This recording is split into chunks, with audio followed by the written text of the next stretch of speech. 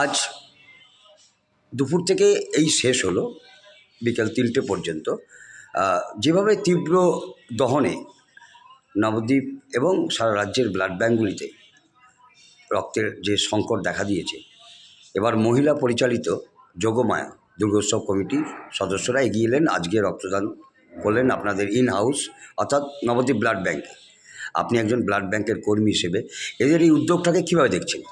দেখুন, সত্যি কথা বলতে কি, আজকে যে প্রোগ্রামটা হলো, ইন হাউস কালেকশন হলো যোগমায়া দুর্গোৎসব কমিটি নবদ্বীপ, বিশেষ করে আজকের ক্যাম্পটা খুব গুরুত্বপূর্ণ, গঠনমূলক।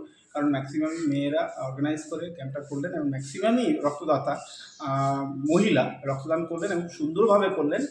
এই ক্যাম্পটার অর্গানাইজ করার পিছনে একটা হিস্ট্রি আছে, সেটা বলছি। আমাদের কিছুদিন আগে ব্লাড সেফটি থেকে অর্গানাইজারদের সঙ্গে মিটিংয়ে এসেছিলেন ডিরেক্টর সাহেব ডক্টর বরুণ সন্ত্রা এবং অ্যাসিস্ট্যান্ট ডিরেক্টর ডক্টর অভিজিৎ মণ্ডল।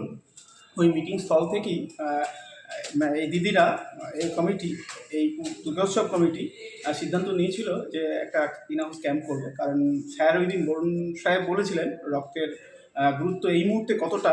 কারণ একদিকে গরমের সময়, একদিকে ইলেকশন পারপাস, বড় বড় ক্যাম্প অর্গানাইজাররা ক্যাম্প করছেন না, যার কারণে ছোটো ছোটো ক্যাম্পের থ্রু দিয়ে ইন হাউস কালেকশনের মধ্যে দিয়ে ব্লাড ব্যাঙ্কগুলোকে বাঁচিয়ে রাখতে হবে। সেই কথাই ইন্সপায়ার হয়ে দিদিরা আজকে আমাদের ব্লাড ব্যাঙ্কে ইন হাউস ক্যাম্প করলেন এবং যথেষ্ট পরিমাণে রক্তদাতা আজকে রক্তদান করলেন।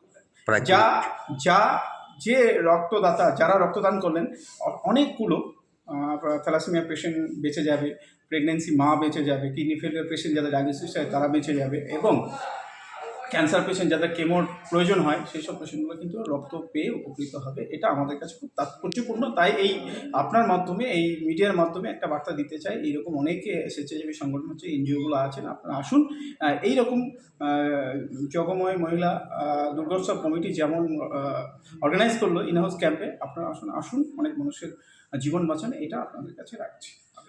আপনার নাম? বাবুল আলী শেখ, আপনি? নবদ্বীপ ব্লাড সেন্টারের মেডিকেল অফিসার।